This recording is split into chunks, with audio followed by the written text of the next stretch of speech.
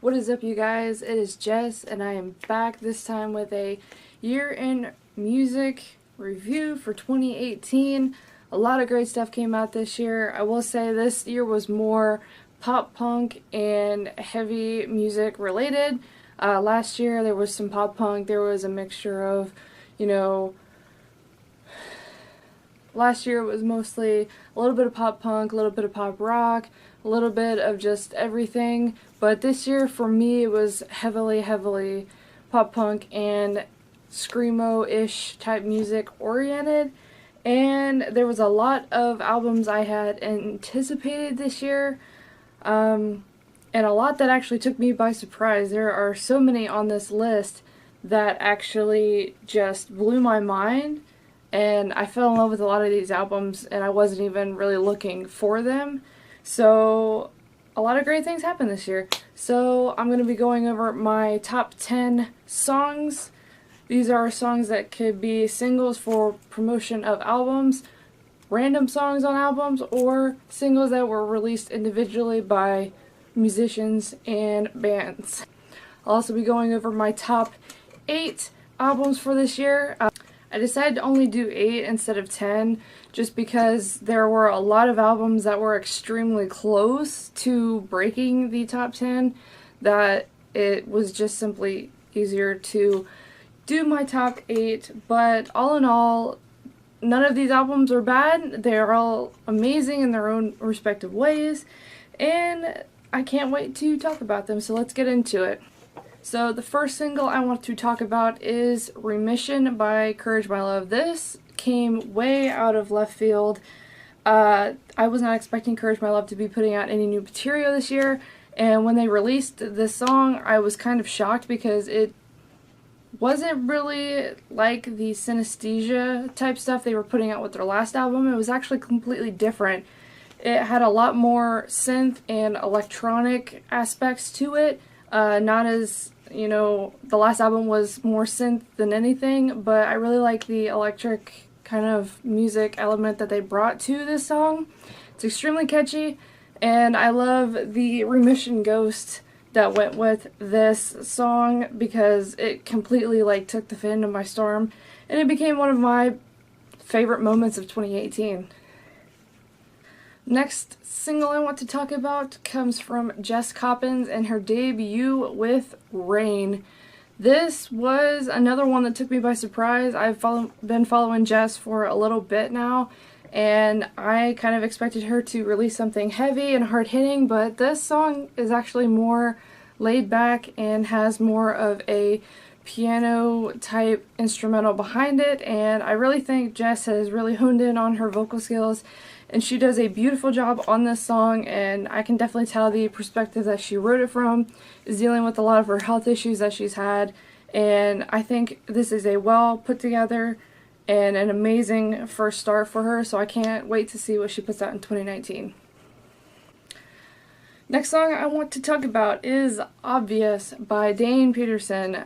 Dane has one of those voices that I think is timeless. He is a guy that can hit some crazy notes with his voice. He's got an incredible range, and he put out a compilation, I think it was 4 or 5 songs, and this one was my favorite out of all of them.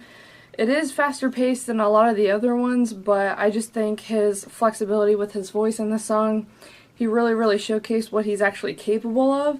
So I fell in love with this song, and I really hope he does put out more songs in 2019 because every single time he kept really stepping it up with these songs, and I really fell in love with what he was putting out this year.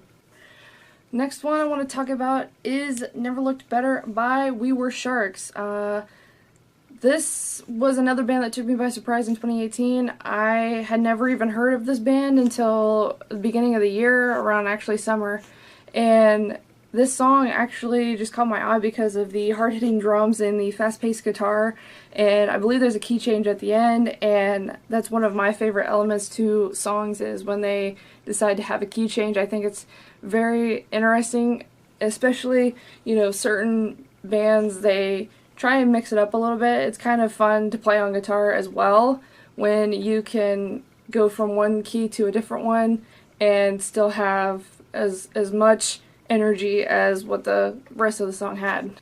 Next one I want to go with is Floods with Chasing Lines. This is an incredible song. I got into Floods a couple years ago, so I've been following them for about 3 or 4 years.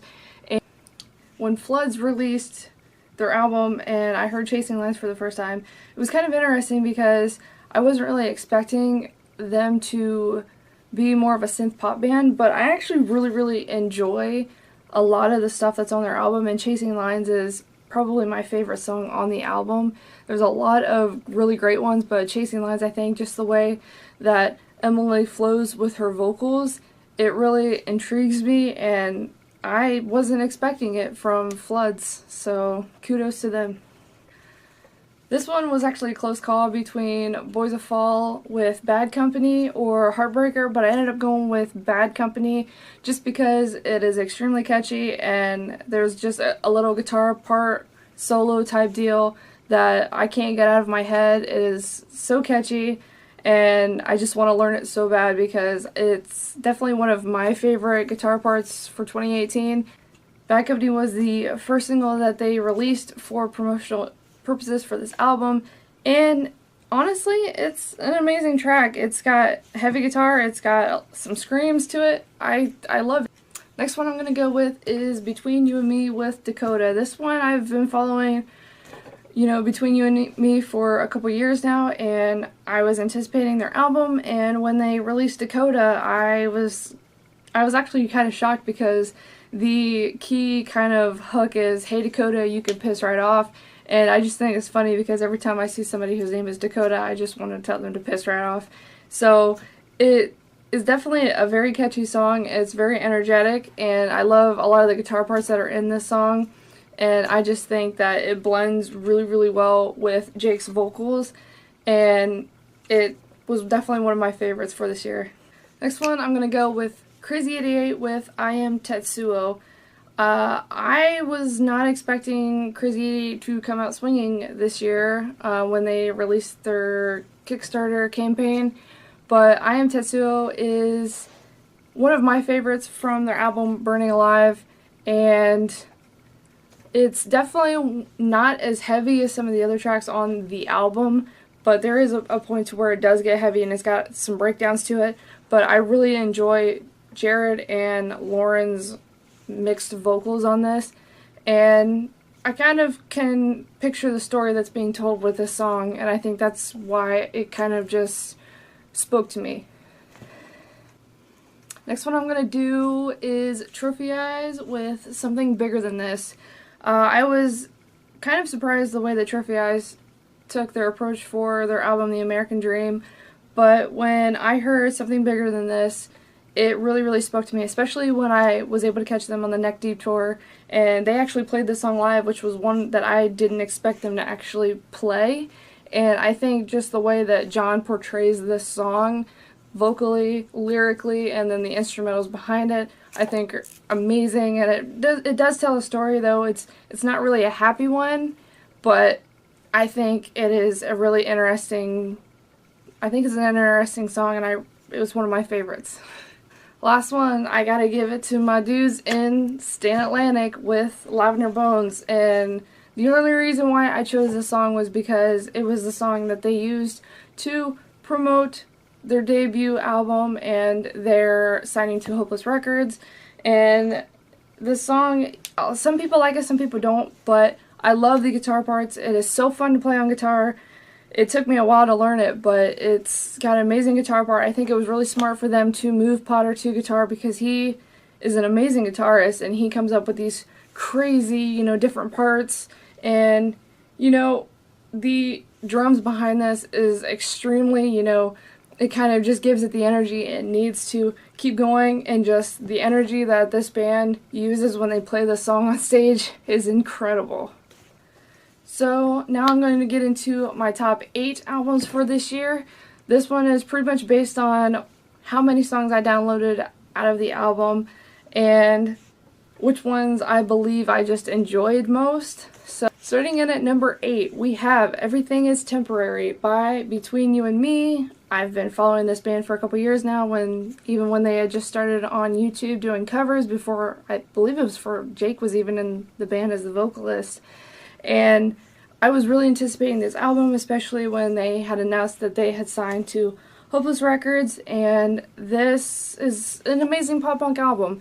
It does give Between You and Me the potential to be one of the harder hitting pop punk bands like Neck Deep, State Champs, Real Friends, bands like those, and I really think it was an amazing start for them. It's got a lot of hype. They, were able to tour the US this year, which I think is incredible for them, and I believe there's a lot of good things to come. Some of my favorites on this album include Friends from 96, Floral Glass, Dakota. All of those songs, I think, are the epitome of this album, and I think it really gives a great perspective, the different, elements that this band can pull in, whether it's, angst, sadness, or just simply having a great time. This album pretty much covers it all, and I think it is an amazing start for this band, and I hope to see what they put out in 2019. Coming in at number 7, we have The American Dream by Trophy Eyes. I was not originally a fan of Trophy Eyes when they released their previous album, Chemical Miracle, but when I first heard You Can Count on Me, which was the debut single for this album, I thought that it was an interesting song. It was extremely catchy, and then they released More Like You. Wasn't too into it, and then I heard Friday Forever, and that's an extremely catchy song, but some of my other favorites from this album that I think really highlight and are the pinnacle of this album, obviously Something Bigger Than This, Broken, Lavender Bay, songs like those. John writes from a very unique perspective, and he writes from probably personal experience, so just for him to put his emotions out like this, I think is amazing. He's always been an interesting writer, especially with some of the stuff on Chemical Miracle. I wasn't really a fan of his vocals, but his lyrics are extremely, extremely unique. I think he's one of those timeless acts, and he definitely has a lot of energy on stage when he plays. Coming in at number 6, we have Lost Touch by We Were Sharks. This was a band that I got into earlier this year. I had never heard of them prior to this. I was supposed to go see them, Boys of Fall, and My Buds and Floods. However, I was only able to go see Floods for their performance because I was kind of on a time crunch. But I'm kind of regretting it now because I absolutely fell in love with this album. Obviously, Never Look Better is one of my favorites. You have Sober, Hotel Beds. There's a lot of energy in this album. There's a lot of great elements going on, fast guitars, amazing guitar riffs in this album all around, and I think it was just added to my list because a lot of these songs are catchy, and it just became kind of stuck in my head, and I think that's why a lot of these songs just kind of spoke to me. Coming in at number 5 is Boys of Fall, another band I really wish I would have stayed for their set because they actually became one of my favorite artists that I came across this year. Better Moments was released around October, the end of October I think, and there's a lot of great tracks. They started off with Bad Company and then Heartbreaker, but you've also got songs like Arson, Time Bomb, Deja Vu, and the title track Better Moments that really, really highlight this album. There's, heavy guitars, there's crazy riffs, there's screaming, there's clean vocals. What more could you want? I really enjoyed this album because it did remind me a lot of their previous album, Thank You and Goodbye, but between that album and this album, they released an EP also this year called Chasing Lonely. I actually fell in love with that EP as well. There's a few songs. Novocaine is like an amazing, catchy acoustic song, but when they came out with Better Moments, I was not expecting them to be that heavy. I was completely shocked, and I think that's why it kind of just spoke to me because it was heavy. I love heavy guitar, and I've started to get into a lot of more scream vocals, and I really think that this album is an amazing mix of both clean and scream vocals. I love it when bands can do that, whether it's one vocalist or two. This album is an amazing example. Number 4, comes Bad Times by My Buzzin' Floods. This album I knew was coming, and I was not expecting it to be more of a synth pop vibe, but I absolutely love it. It is one of the most unique ones on my list, and I really think Emily does an amazing job. I was used to her playing drums, but once I heard her vocals, I knew she had a lot of potential and that she could be an amazing, amazing vocalist. I think because Floods are just starting out, they haven't really got as much traction as what they need to. I know they went on tour with We Were Sharks and Boys of Fall because I actually got to see them. They're actually amazing live. You know, just Sam with his kind of delay and clean guitar parts, and then Emily with her vocals, and then their buddy Jake on the synth stuff in the back. They meshed really, really well together, and it became one of my favorites for this year and one of the most kind of different and unique ones that I got into. And coming in at number 3, we have Seasons by Sylar. This one threw me by surprise. I got into Sylar in 2017 around Vans Warped Tour. I wasn't a huge fan then, but I did get to see their performance, and they absolutely killed it. They have so much energy. They perform, you know, amazingly as a unit. You know, it's got a lot of heavy guitar, clean and scream vocals, but this album is also different for me because I'm not a huge rap fan, but it does have kind of rapcore elements to it, and I really think that it kind of changed my perspective on a little things just because I love that it has guitar with it, and I think that's why I fell in love with it, because if I'm able to play guitars to songs, whether, you know, rap, country, pop punk, rock, whatever it is, I tend to enjoy it a lot more. So I think that's why I kind of started to like this band, even though they had more kind of rap vocals to it. But Seasons, even with their singles that they released for it, All or Nothing, Shook, No Way, but then you got songs like Giving Up and Sick Minded that are incredible on this album. There's so much going on, and a lot of the lyrics you can tell are personal, so I love it when, you know, artists write from their own personal perspective instead of trying just to throw stuff together. So I think that's another reason why I completely fell in love with this album. Number 2 comes in with Burning Alive. This was the Kickstarter crowdfunded project that Crazy 88 put out this year, and they pretty much just raised money for this album. I backed it myself, and I had high expectations for it. I was kind of shocked because they had released the lead-off single Shinebox, but then when you actually hear it on the album, it's actually in a lower tuning, and it threw me off a little bit because I'm used to Lauren singing on low tracks anyway, and the original recording of Shinebox is actually in drop D, but then on the album I believe they said it was in drop C, so it's a little bit lower than the original, so I think it kind of blends with the album a lot better just because this whole album is heavy. It's got some heavy tuning to it, and there's a lot of screaming going on. For this album, they actually put You Were Right, which was originally released on their No Word Spoken EP that was released last year, I believe. And I actually love that song, so I'm really glad that they put it on there and that they were able to pretty much bring old Crazy 88 with the new Crazy 88. And some of my favorite songs on this album, obviously, I Am Tetsuo, as I mentioned before, Shinebox, My Friends You Bout to Know One, which is inspired by Lord of the Rings, which is like one of the greatest movies ever. And then you've got kind of the more of the slow ballads like Hannah, which is inspired by the movie Arrival.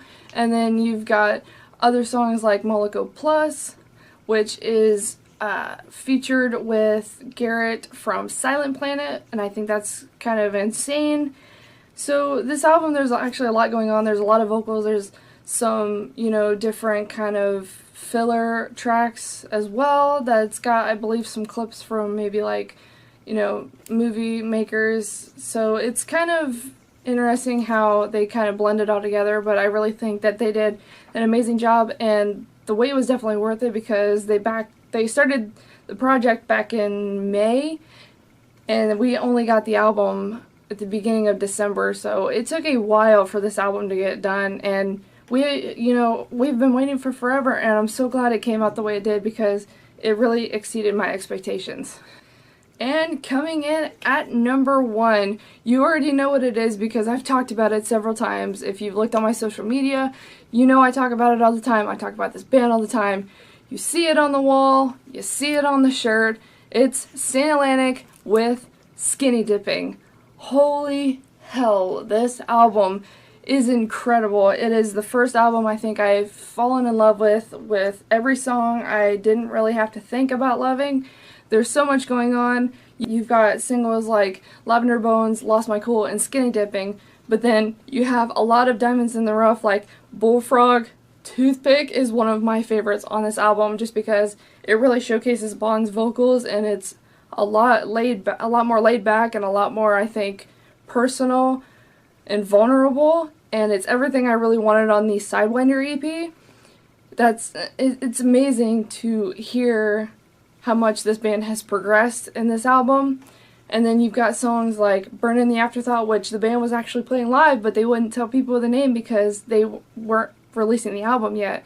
There's so much going on this album. It's became one of my favorites, and just seeing this band perform live this year is insane. They put on a hell of a show for one, and the energy that they have, even,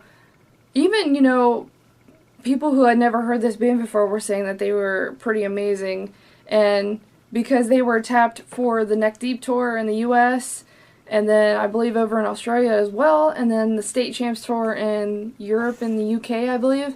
They've also been tapped for the One OK Rock US tour next year, and I'm going to be trying my darndest to go because I would go just to see this band again. I flew from Alaska to Ohio just to see this band. That's how in love I am with this band. They are definitely a force to be reckoned with. I think it was an amazing choice for them to move Potter from bass to guitar because Potter has a lot of guitar talent. He does a lot of these crazy fillers that I really enjoy, especially when they play live. And I love Mickey on bass. Mickey is a huge sweetheart. He's funny.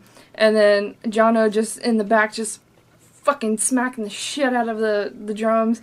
That's amazing. And then Bon, she has this vocal range that I think is a force to be reckoned with. She's one of my favorite vocalists, I think, just because her voice is one that can be pretty much used for so many different uses.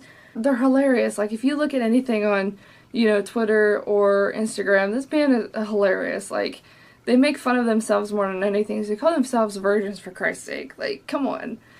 This band is absolutely amazing. I really think that they deserved it. They actually took my list last year with their Sidewinder EP. So that's saying something if 2 years in a row they had the best releases for me. And this band fucking saved my life. Like, I was down in the dumps there for forever, and then I heard this album, and I got to meet these guys and see what they're all about. And they are freaking amazing and killing it. They have so much that they can do. I think they're a force to be reckoned with. I think I called it last year that this band was going to be taking on the world, and it's already been proven because they're being tapped for some of the biggest tours probably ever. So we'll see how these go next year, and I really hope that they, release some more music videos because their music videos have been insane, really. And I really hope that they start getting their name out there more and we can just be Saint Atlantic fans and virgins all together. So that is it for the year in review. I believe we had a very intense one, if anything. It's extremely pop-punk oriented and heavy music oriented, but there's nothing wrong with that. So I already have a covers list going for next year. If everything goes well, I will be having a lot more covers. I'm trying to get back into doing this a lot more than I was this year. I know I was kind of absent just because I was kind of away from home and I just was kind of down in the dumps the last year and a half. So hopefully I'll be getting into this a lot more. I will be releasing more covers, probably more bands that I want to introduce you to. I'm kind of trying to drag that out and maybe seeing if these bands are going to release new music. They've already kind of been talking about it, the two bands that I have in mind. So hopefully they will be releasing stuff so that can kind of go along with what I'm going to be talking about.